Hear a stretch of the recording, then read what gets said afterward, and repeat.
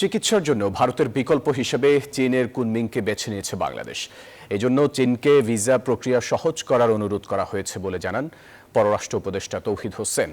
চীন সফর থেকে ফিরে রোববার পররাষ্ট্র মন্ত্রণালয়ে ব্রিফিংয়ে এসব কথা জানান পররাষ্ট্র উপদেষ্টা। এই সফরকে ঢাকা বেইজিং সম্পর্ক উন্নয়ন বার্তা বলে জানান তিনি। তৌহিদ হোসেন বলেন, চীনকে ঋণের সুদহার কমানো ও মেয়াদ বাড়ানোর প্রস্তাব করেছে বাংলাদেশ।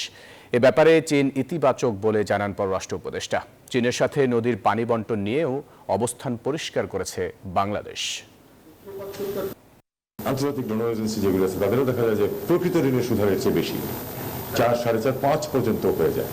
তো যাই হোক, তারপরে তারা আশা দিয়েছে যে তারা এটা দেখবে, যদি সম্ভব হয় কমানোর, তারা কিছুটা কমানোর চেষ্টা করবে। এটুকু আশ্বাস আমরা পেয়েছি। হসপিটাল তারা তো করে দিতে আমাদেরকে রাজি হয়েছে, বড় হসপিটাল, সেটার স্থান নির্বাচন নিয়ে কথাবার্তা চলছে। আমি বলেছি যে আমরা আমাদের হাতে সুন্দর জায়গা আছে হচ্ছে পূর্বাঞ্চলে।